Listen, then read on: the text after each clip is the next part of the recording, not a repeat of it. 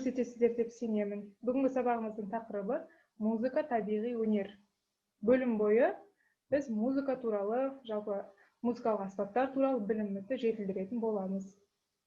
Бүгінгі сабағымыз 3 бөлімнен құралған. Бірінші бөліміміз қайталау білімнің анасы, екінші бөлім күш білімде, білім кітапта. Бұл бөлімде біз мәтін бойынша, жалпы кітап бойынша, оқулық бойынша толық жұмыс жасаймыз. Және соңғы бөліміміз оқығаныңды емес, тоқығаныңды айт деген мақалдың атына бұл жерде сабағымызды қорытындылап бекітетін боламыз. Қайталау білімнің анасы бөлімін бастау үшін таңдаулы сауал әдісін пайдаланып, назарларыңыздағы жасырын сауалдарға жауап берейік.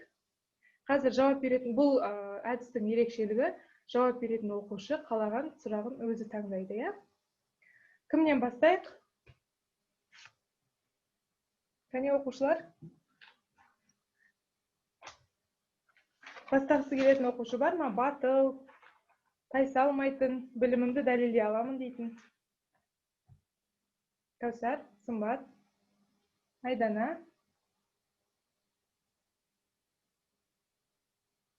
Қуаныш, Нұрали, Бейбарыс, Ерке қосылып отыр екен. Камераларыңызды қосып отыра қойыңыздар, Кәне, Сымбат, сіз бастай қойыңызшы. Микрофоныңызды қосыңыз. Қалаған түсіңізді айта қойыңыз. Қызғылт сары түсті. Қызғылт сары? Иә. Сары ма? Жақсы. Сары түсті сұрақты ашамыз. Сіздерге көрініп тұр ма мына сұрақ? Иә. Дефис арқылы жазылатын сөзді тәртібі. Ыдыс аяқ, жеті қарақшы. Бұл жерде жазылған ыдыс аяқ. ыдыс аяқ. Жақсы. Бұл жерде ыдыс аяқ сөзі қос сөз, ол дефис арқылы жазылу керек. Жақсы. Келесі. Кәусар, сіз таңдай қойыңыз.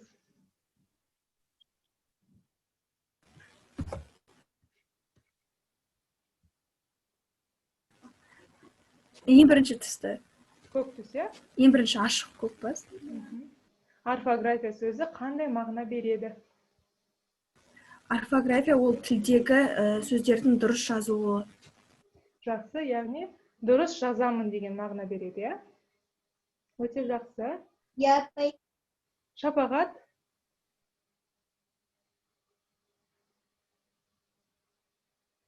Сіз таңдай қойыңыз, Шапағат. Естіп тұрсыз ба?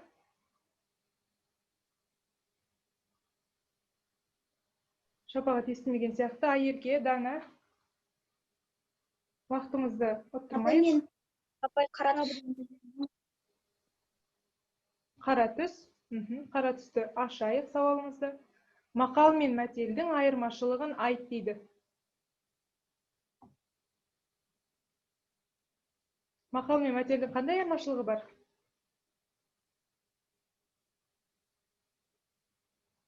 Кәне тездетейік. Мақал ол нақты айтылатын бір ой, ал мәтел дегеніміз ол ишара немесе бір нақты ойда айта алмайтын ишара түрінде беріледі, бір нәрсені бір нәрсеге меңзеу үшін қолданамыз. Мақалда ой толық болады, ал мәтелде ол ой толық жеткізілмейді. Ой жасырын болады. Салдары болады, себебі болмайды. Ал мақалда себебі де салдары да болады. Жақсы. Тездетіп тағы да сұрақтарымызды ашайық. Сымбат? Ашық жасыл. Ашық жасыл осы ғой? Иә. Демеулік шылауларды ата дейді.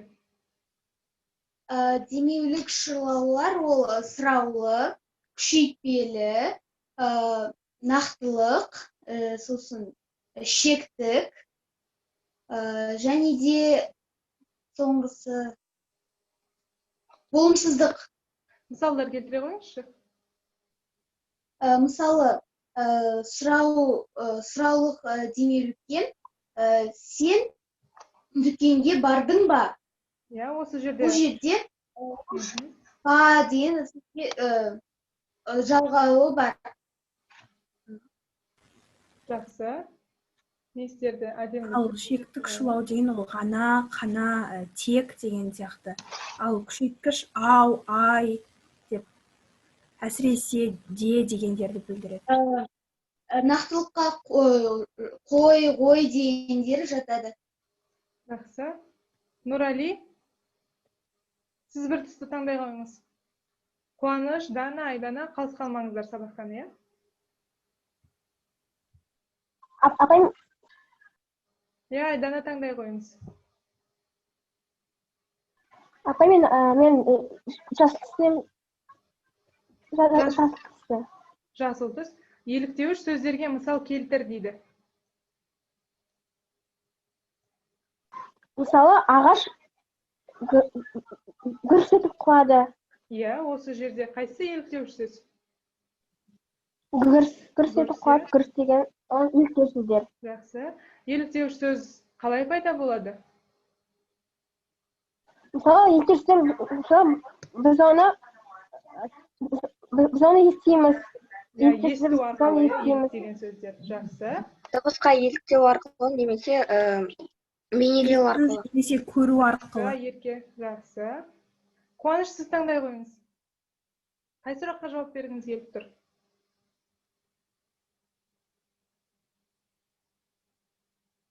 Қуаныш?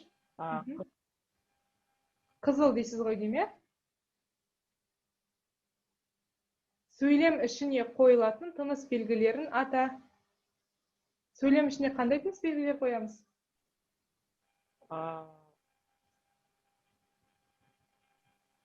Қос нүкте, үтір, сызықша. Жақсы, тағы тырнақша сөйлем ішіне қоя аламыз ба? Иә.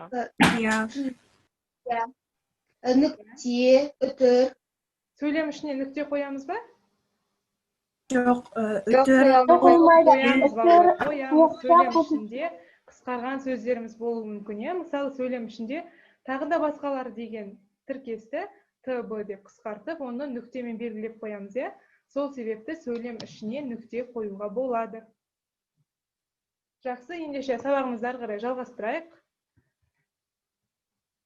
Бүгінгі сабағымыздың бастауы ретінде мына суреттерге қарап, қай сурет артық деп ойлайсыздар?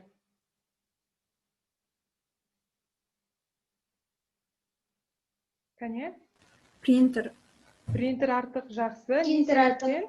Принтер бұл жерде аспаптар берілген. Жақсы, себебі бұл жерде музыкалық аспап түрлері көрсетілген.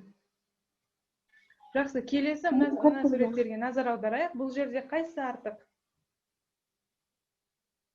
Ою артық. Бұл жерде ою артық. Ою артық, себебі?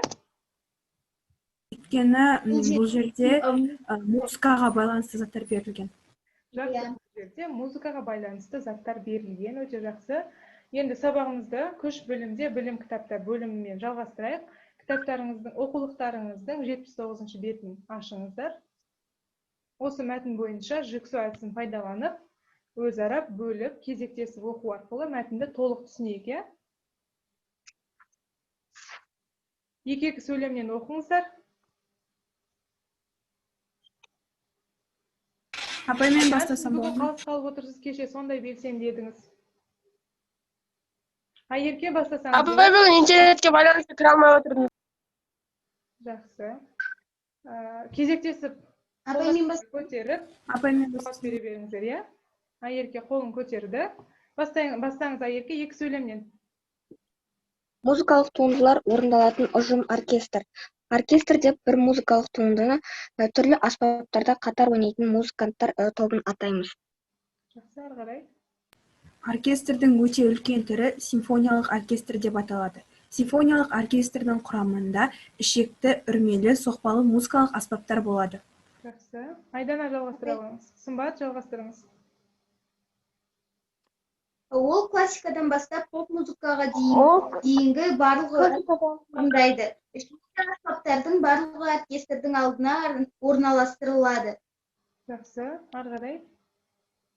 Апай, мен оқысам болады. Соқпалы және үрмелі аспаптар артқы қатарда тұрады. Мөлшері жағынан ішекті аспаптар үлкен болады. Жақсы, ары қарай. Мен оқысам болады. Айдана? Компьютерде қисамыз жоқ.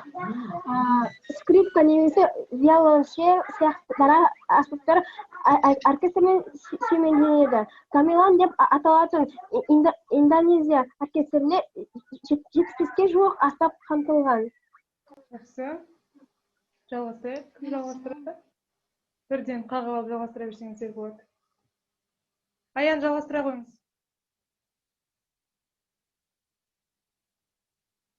Оқи берсін болды.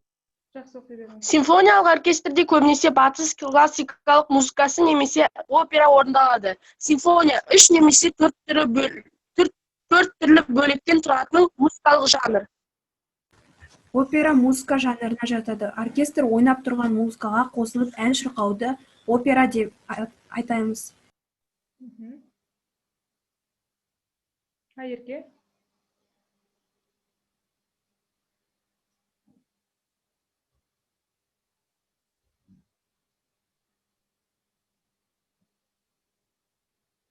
Қалдым ба? Айерке, жалғастыра қойыңыз, қол көтердіңіз.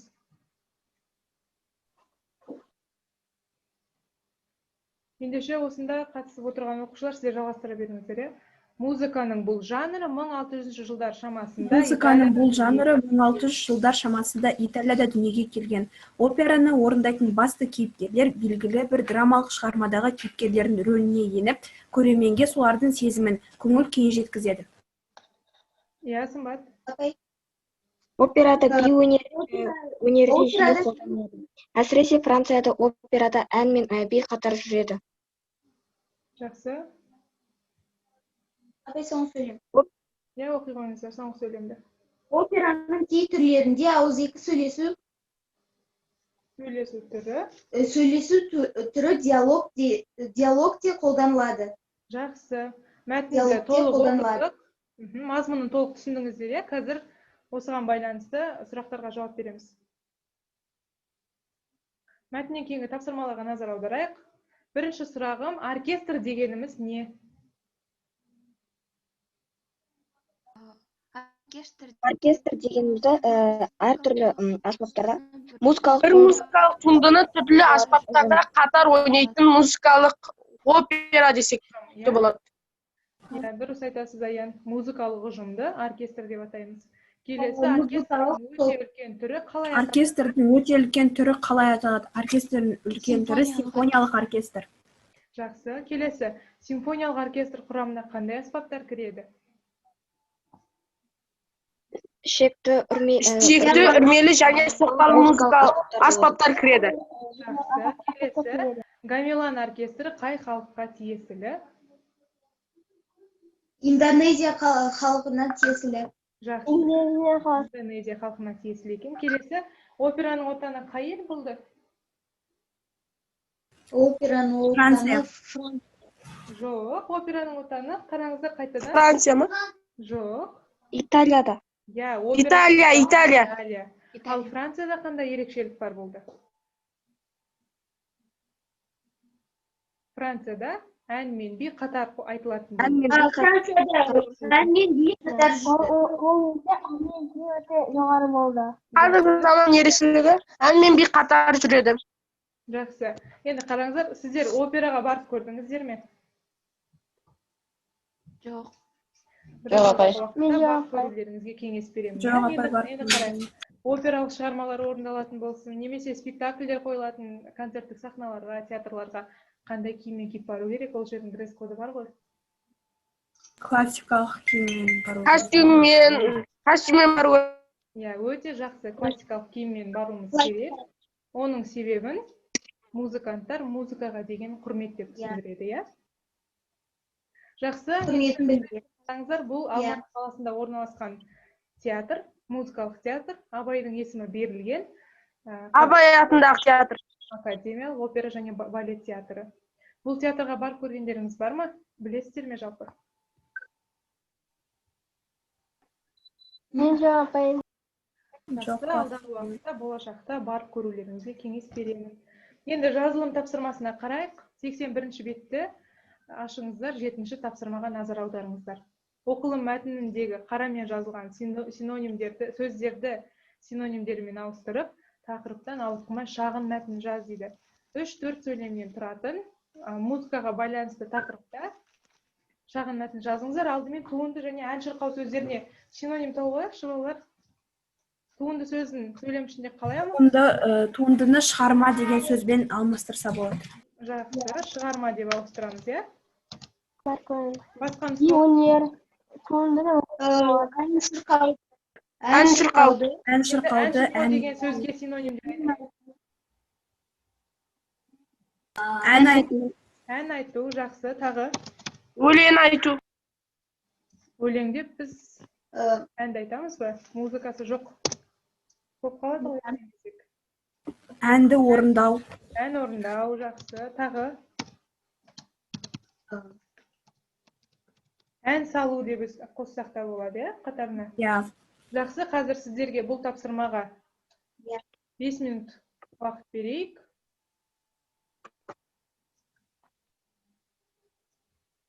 Бес минут болған кезде мен сіздерден сұрайтын боламын.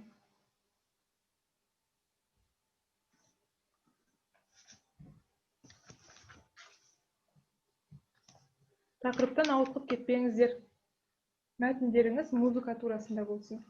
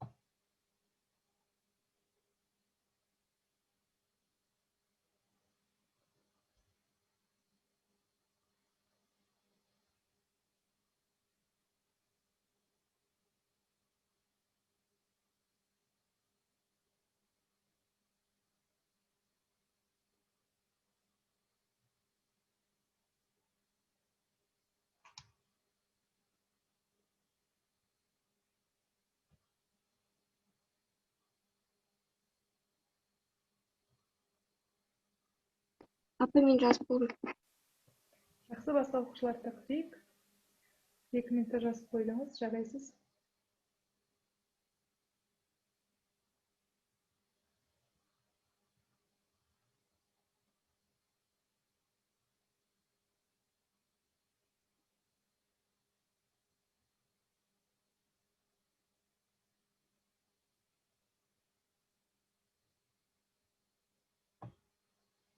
Апай болдым. Жақсы, Аян.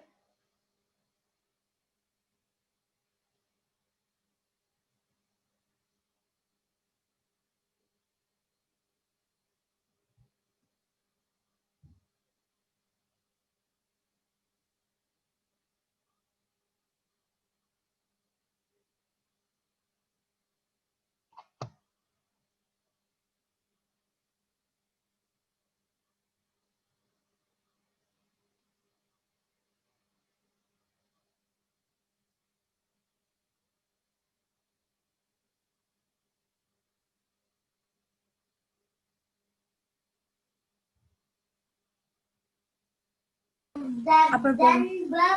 Жақсы, біздің қазір 1,5 минут уақытымыз қалды. Басқа оқушыларға мүмкіндік берейік. Апай, үш сөйлем дейді ма? 3 сөйлем. 3 сөйлемде сіз осы екі синонимді қолдана алдыңыз ба? 2 сөзді де? Иә. Жақсы, онда болады.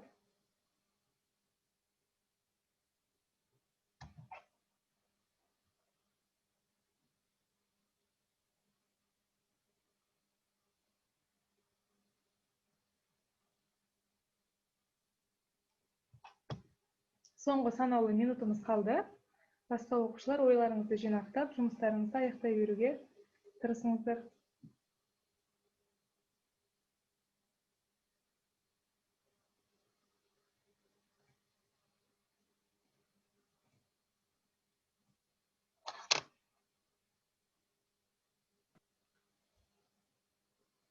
Соңғы 30 секунд уақытымыз қалды.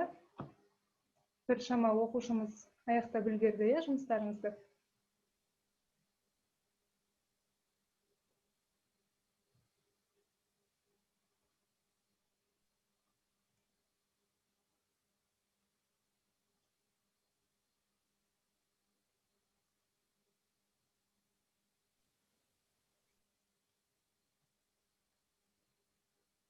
Бес, төрт, үш, екі, бір, жақсы.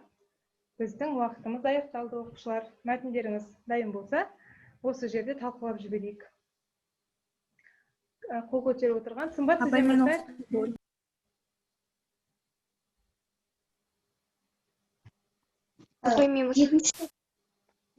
Музыканың шығармаларды оркестр орындайды. Оркестр ойнаған кезде оған қосылып әні орындауды опера дейміз. Опера Италия елінде пайда болды. Опера ол музыканың өте керемет жанрының бірі. Жақсы. Апай, мен оқысам болады ма? Иә, Кәусар. Музыкалық шығарманы бірге орындайтын топ оркестр деп аталады. Оркестрде ішекті, үрмелі, соқпалы аспаптар ойналады. Сондай оркестрлердің бірі Гамелан оркестрінде 75-ке жуық аспап бар. Оркестр ойнап жатқан музыкамен ән салу опера деп аталады. Кейбір операларда ән мен би қатар жүреді. Жақсы, оқушылар, сіздер мәтіннен бөлек, оқыған мәтіннен бөлек, өздеріңіздің жандарыңыздан да жазуларыңыз керек болған, иә? Өмірді мысалға алып, өздеріңіздің достарыңызды мысалға алып. Иә, сіз айта қойыңыз.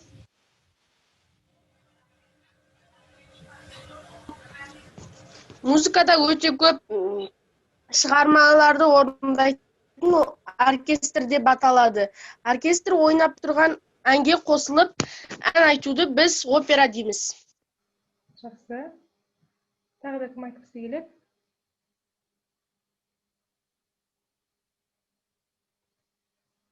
Айдана, Дана, Шапағат, жауаптарыңыз бар ма? Апай, мен оқы жазым. Айта қойыңыз. Айтайын ба? Иә, айта беріңіз. Менің ағам әпкем бар. Менің әпкем операда әйетіп жұмыс істейді. Ал ағам концерттерде өз өнерін көрсетеді. Менің ағаларым сияқты өскенде осы болашақта осындай өз өнерімді сахналарда көрсеткім келеді. Өте жақсы, Айдана, мақсатыңызға жетіңіз. Жақсы, бұл тапсырмамыз толық орындалды. Келесі тапсырмамызға қарайық.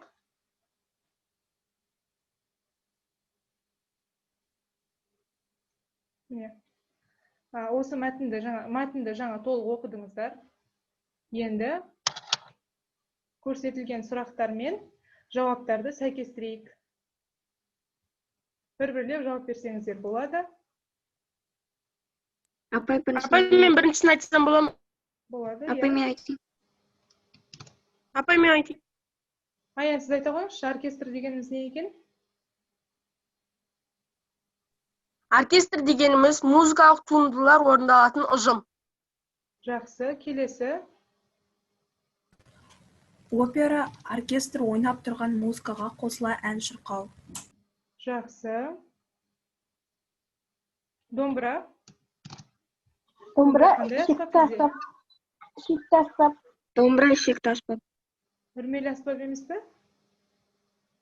Жоқ, ішекті аспап. Жақсы. Келесі, опера орындаушы қандай әрекетке барады? Кейіпкер рөліне енеді. Кейіпкер рөліне енеді. Опера орындаушы кейіпкерлер рөліне енеді. Жақсы, не себепті? Оның көңіл күйін, сезімін білдіру үшін, себебі оны сезіну үшін шығарманы орындайды. Белгілі бір шығарманың басты кейіпкерінің рөліне ене отырып, сол кейіпкердің сезімі білдіргісі Оның келеді, иә? сезімін білдірді. Гамелан оркестрінде Гамелан оркестрінде жүзден астам музыкалық аспап бар. Жүзден астам музыкалық аспап бар. Гамелан деген қай жерге тиесілі оркестр еді? Индонезия. Жақсы, Индонезия. Индонезия. Ал саксофон үрмелі аспап. Саксофон үрмелі аспап. Басқа да шекті үрмелі аспаптарға мысал келтіріп өтіңіздерші қазір. Қандай аспаптарды білесіздер? Шекті Алдағы уақытта толық танысатын боламыз. Шекті аспапқа қобыз жатады, домбыра, Жақсы. Сымбат ал үрмеліге үрмеліге флейта жатады. Жақсы. саксофон. Саксофон. Саксофоннан басқа қандай үрлемелі аспаптарымыз бар? Сырнай, саз сырнай, трубы. Қазақтың дәстүрлі аспаптары деп есептеуімізге болады. Шаң қобызды айтуымызға болады, иә? Иә. Жақсы. Иә. Сіздер синквеймен танысыздар ма, балалар? Синквейнің не екенін жақсы білесіздер, иә? Оны 5 жолды өлең деп айтып жатамыз. Иә. Қазір музыка сөзіне 5 жолды өлең, яғни синквейн құрастырамыз. Жазбаша орындаймыз қазір.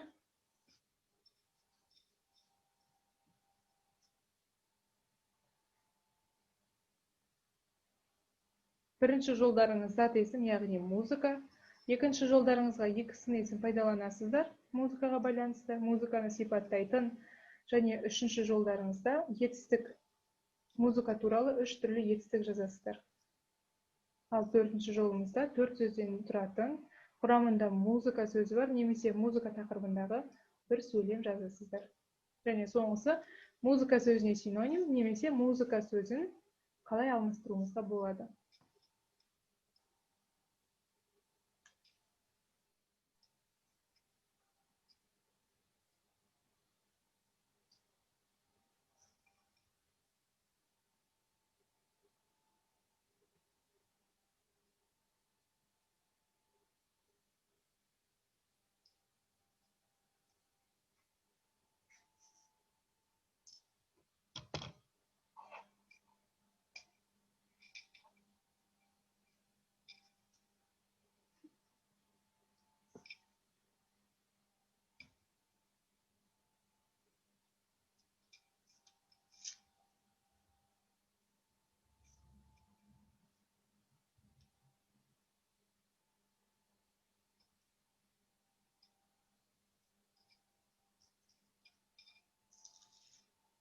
Жұмыстарыңызды аяқтаған кезде белгі беріңіздер, иә? Қолдарыңызды көтеріп отырсаңыздар болады.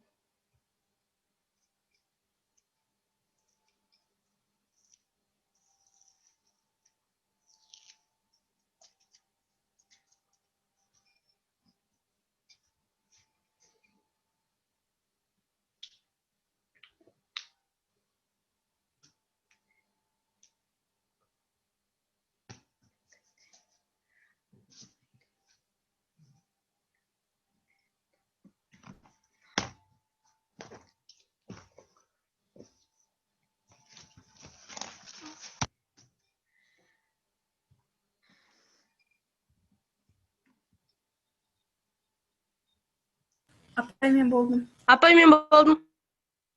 Жақсы, басқа оқушылар, сіздер аяқтай алдыңыздар ма? Дана, Бейбарыс, Шапағат, сіздер бүгін сабаққа қатыспай отырсыздар ғой. Қуаныш та қатыспай отыр. Апай, қазір жазып отырмын. Жақсы, жұмысыңызды жалғастыра беріңіз. Қазір аяқтаған оқушылар бір-бірден айтып шығайық. Апай, мен оқысам болды ма? Иә, Кәусар.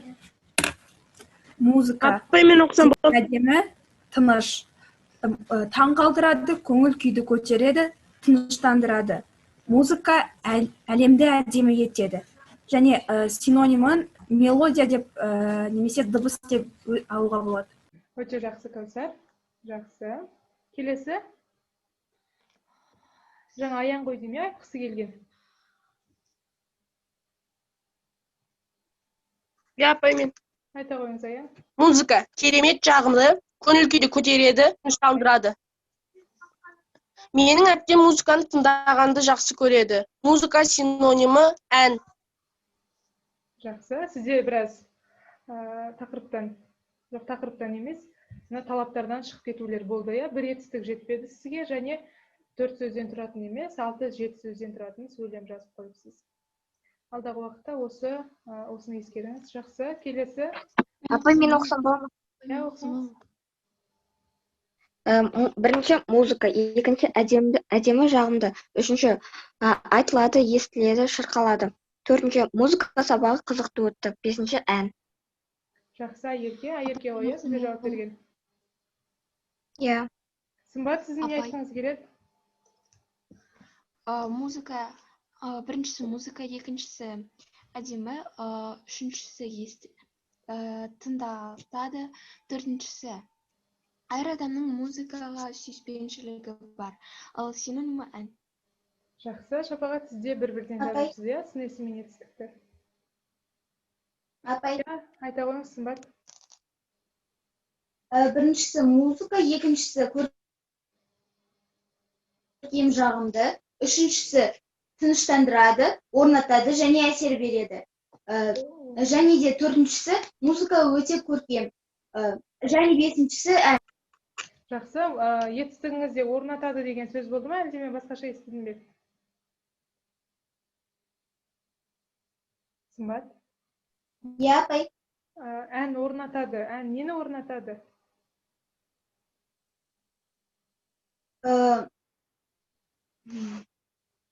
Жағымды орта адам- деп алсақ болады, иә? Тыныштық орнатады.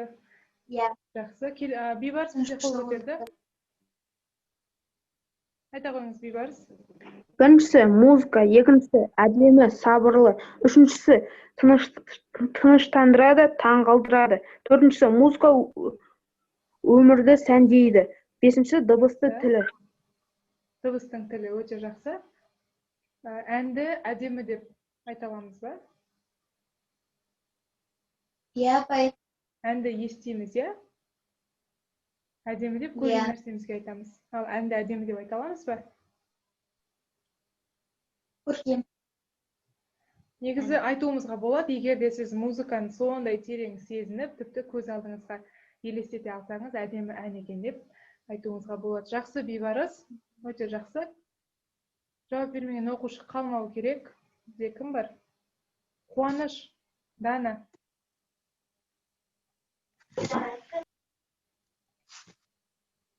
Кәне, бұл оқушыларымыз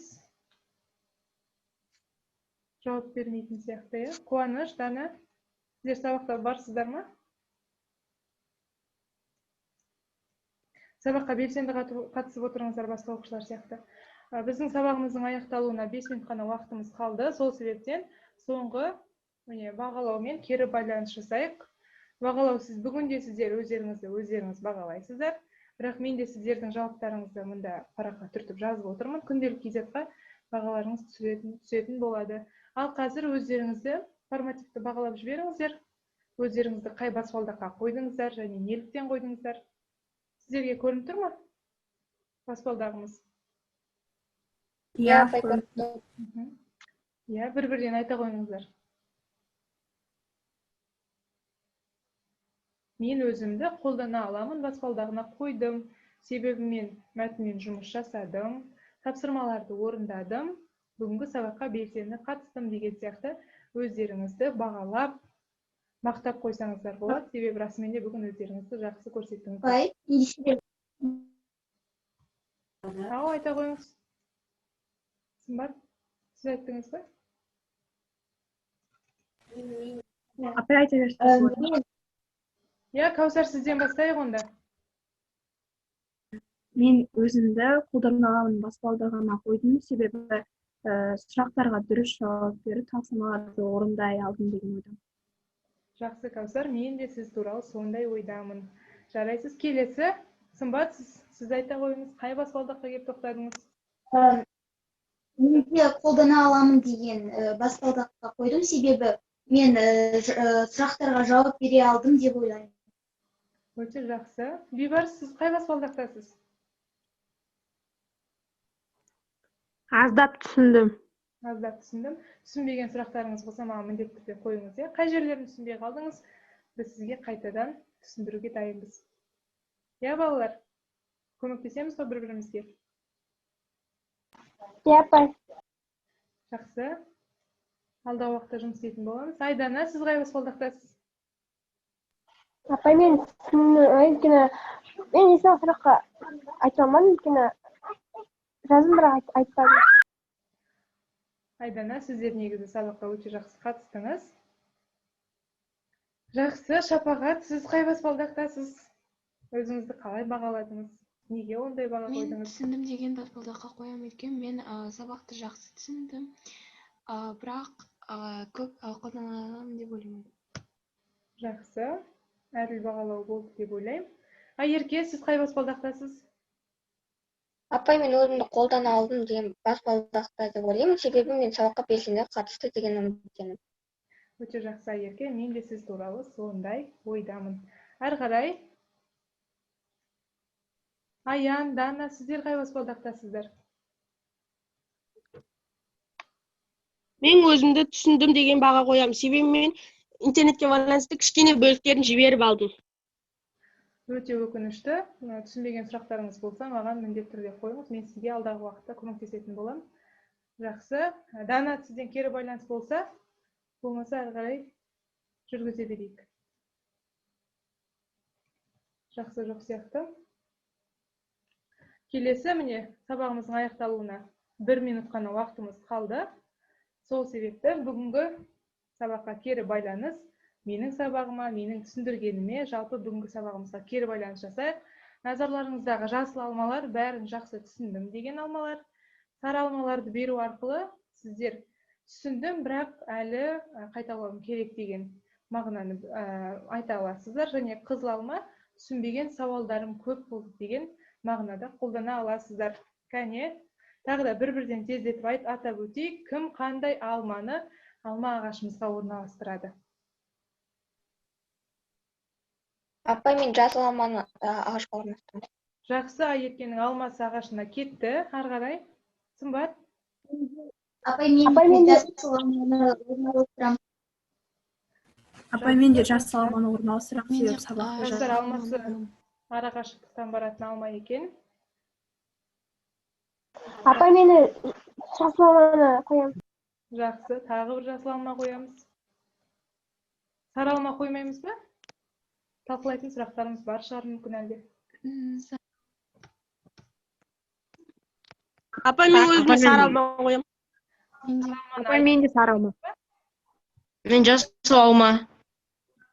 Тағы бір жасыл алма қойдық. Сары алманың екіншісін кім қойып отыр? Сары алма Мен қойып. сары алма қоямын. Шапағат сары алма қояды, е? Қуаныш, сіз ғой сары алма қойған, е?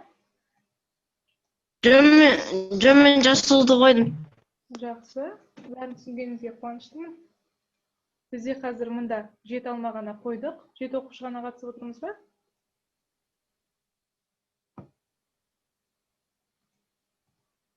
Жақсы. Оқушылар, белсенді қатысқандарыңызға рахмет. Бүгінгі ашық сабағымыз жоғары дәрежеде өтті деп ойлаймын. Сіздерге де, өзіме де жоғары баға беремін. Алдағы уақытта да сіздерден осындай кері байланыс күтемін. Сіздерге үйге берілетін тапсырма, оқулықтарыңызда 81-ші беттегі 9-шы тапсырма, Қазақстандағы оркестрдің түрлері деген кластерді толықтырасыздар.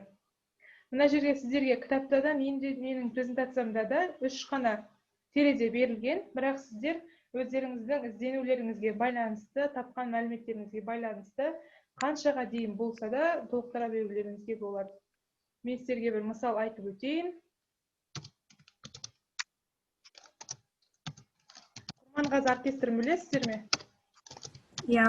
Құрманғазы оркестрі ұлттық домбыра, мың домбыра бірге отырып күй шерткен болатын, иә? Жақсы оқушылар, ендеше бүгінгі сабағымызды осымен аяқтаймын. Қатысқандарыңызға рахмет. Сау болыңыздар. Сау болыңыз. Сау болыңыз, апай. Сау болыңыз апай. Бір минут уақыттарыңызды алайын сіздердің. Оңалар беріп жатқан сабағыңыз ұнады, маған өте жақсы дәрежеде өтті. Қатысып отырған оқушыларға Айерке, Кәусар, Сымбат, кім жаңа ана жерде бізде көрінбей тұр менде кім қатысқан, Дана, Айдана, Аян, көп рахмет. Сіздердің арқаларыңызда сабақ өте жақсы дәрежеде өтті. Білген білімдеріңізді жеткізе білдіңіздер. Көп рахмет. Оңалар, сізге де алдыңызда әлі де көптеген жақсы шыңдарыңыз бар. Мықты бір ұстаз шығады сізден. Не дейін енді, балалар, сіздерге көп рахмет. Сабаққа белсене қатысқан әсіресе оқушыларға. Көп балалар түрлерін қоспай отыр. Бейбарыс, мен саған да ескерттім, түрлерін қосып отыр деп. Қуаныш басында болды да, аяғында үзіліп кетті ме, кіре алмай қалды, иә? Жақсы, рахмет балалар. Қанша оқушы қатысып сіздерге түрлеріңізді қосып отырыңыздар деп. Рахмет оңалар сабағыңызға. Сізге де рахмет. Ұнады ма сабақ балалар сіздерге? Иә, ұнады. Күнде осылай сабақ өтсін. Жақсы, сау болыңыздар. Сау болыңыздар балалар, сау болыңыз апай. Сау болыңыз апай. Қатысып отырған курстастарым, группаластарым, сабағыма бастан аяқ қатысқандарыңызға рахмет.